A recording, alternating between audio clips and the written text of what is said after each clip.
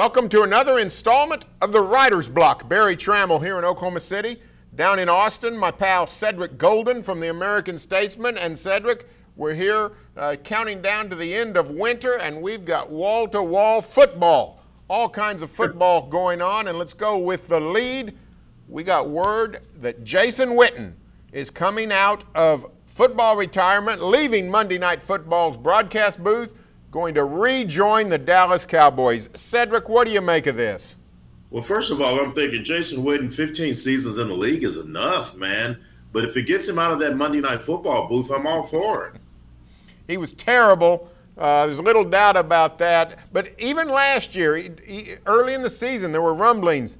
Jason wasn't quite getting the football Jones behind him. He still thought he might want to play. What do you think has caused him to go back for yet another season with the Cowboys?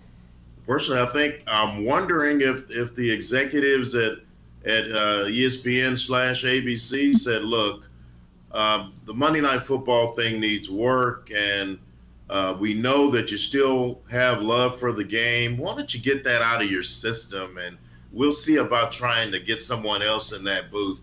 I thought that Booger McFarland was the best of the three. He definitely should have been in the booth. He was funny, he was engaging, and he was informative. Jason Witten was just boring and just seemed out of cast.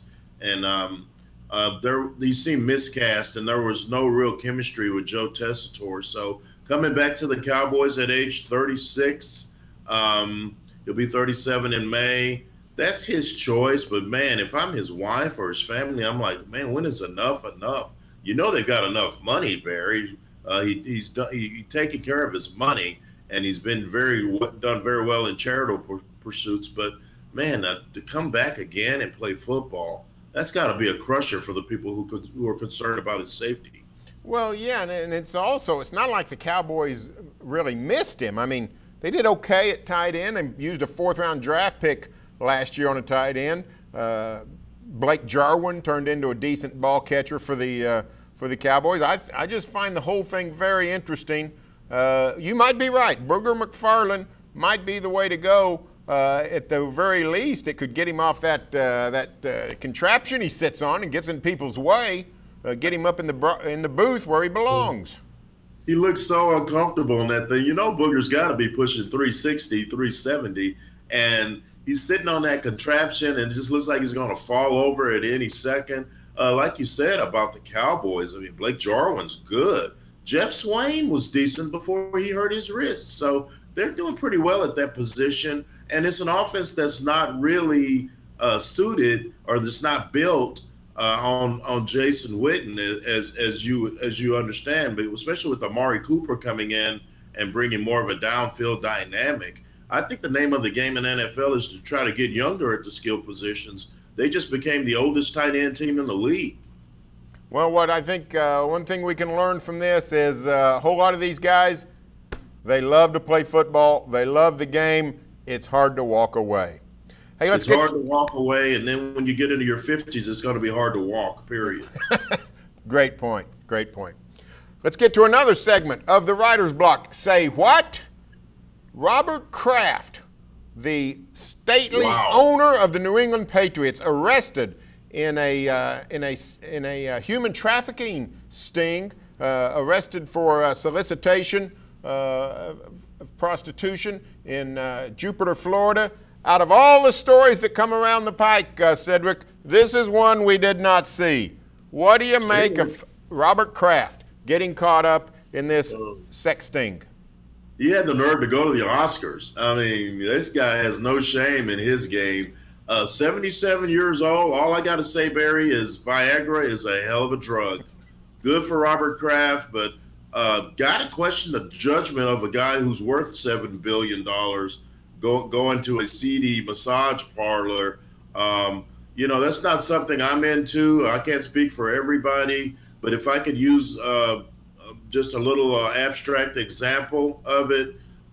If you're ordering pizza, if you're ordering from Domino's, why are you driving to Domino's? Aren't they supposed to deliver? I mean, I don't think there are going to be any FBI cameras in the Kraft mansion. So for him to be caught up out in the streets, pulling up at that, to one of those seedy joints in a white Bentley? Are you kidding me, Barry? I mean, what is this guy thinking? What do you think those investigators were thinking when they were watching the videotape and a white Bentley pulls up and Bob Kraft gets out of the back and rolls in there with a pocket full of hundreds? That's just nuts, man. Those stories write themselves. Well, they do. If you work in that kind of law enforcement, you probably have seen it all.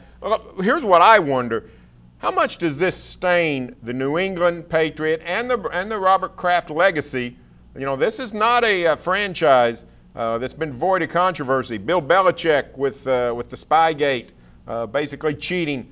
Tom Brady caught up in Deflategate with the footballs. You certainly didn't expect the owner to be all of a sudden making headline news, but now he is. It's just one thing after another with football's greatest dynasty. What do you think this does to the Patriot legacy? What it does to the Patriots legacy is it's just another small blip on a gold-plated radar. Here's the thing: history is always much more forgiving, kinder, embracing of winners.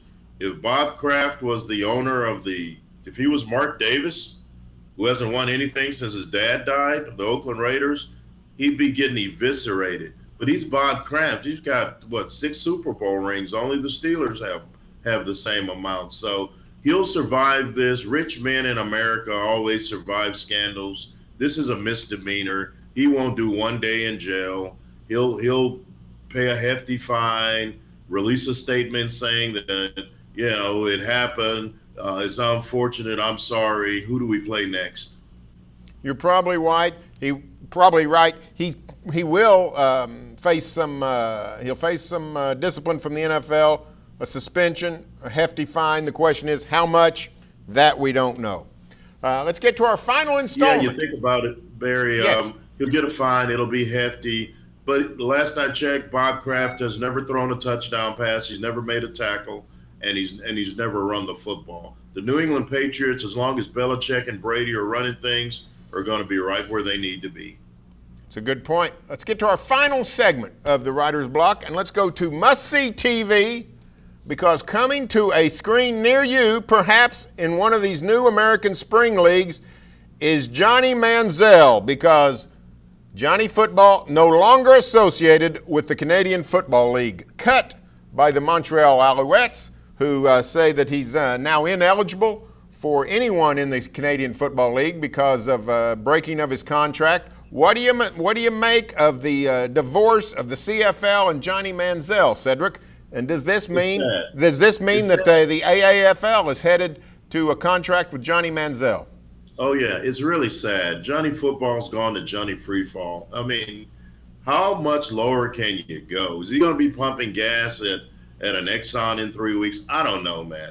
All I know, Barry, is he made $8 million for 2 seasons with the Cleveland Browns, and he had a chance to be one of the better little quarterbacks in the league, globs of talent, but his problem has always been in between his ears. When he was at a Texas A&M right before his second season, I was at a Spurs Heat game, and when LeBron James was playing for the Heat, and I go out to do interviews, and I walk through the hallway, and there's Johnny Manziel, and I go, "Wait, don't you have spring football practice tomorrow at like 9 a.m.? He goes, "Yeah, but I can't. I had to come see my boy LeBron." I mean, he's one of those guys who just always thought the show was bigger than the process. He's finding out now that real life is a lot tougher. He can't play in the CFL. No NFL team's going to have anything to do with him. And in about 2 or 3 months, these other 2 teams are going to divorce him too. Johnny Manziel had a chance to make a lot of money and be a successful professional athlete. He literally blew it, and it's over. So you don't think these spring leagues, either the XFL next season or the AAF the rest of this season, are a viable option? Oh, they are viable options, Barry. He will get tryouts. He might play in the AAF in a week or 2, but it's not gonna work out. He's had his chance. That ship has sailed. He had the shortest prime of any Heisman Trophy winner ever because he just couldn't stay out of his own way. Johnny Manziel has not learned from his mistakes. It's sad to see a waste of talent, a waste of potential. But I think in about 1 or 2 years, we won't even be talking about this guy. Well, it's he missed a golden opportunity because the one knock on him, his size, is becoming less and less of an issue. You got Kyler Murray zooming up the draft boards. You got Russell Wilson playing all-pro football, Drew Brees. Football is embracing the small quarterback. Johnny Manziel was about as good as we've seen on the college level at doing just that. Hey, thanks a lot, Cedric Golden. We will talk next week on the Writer's Block.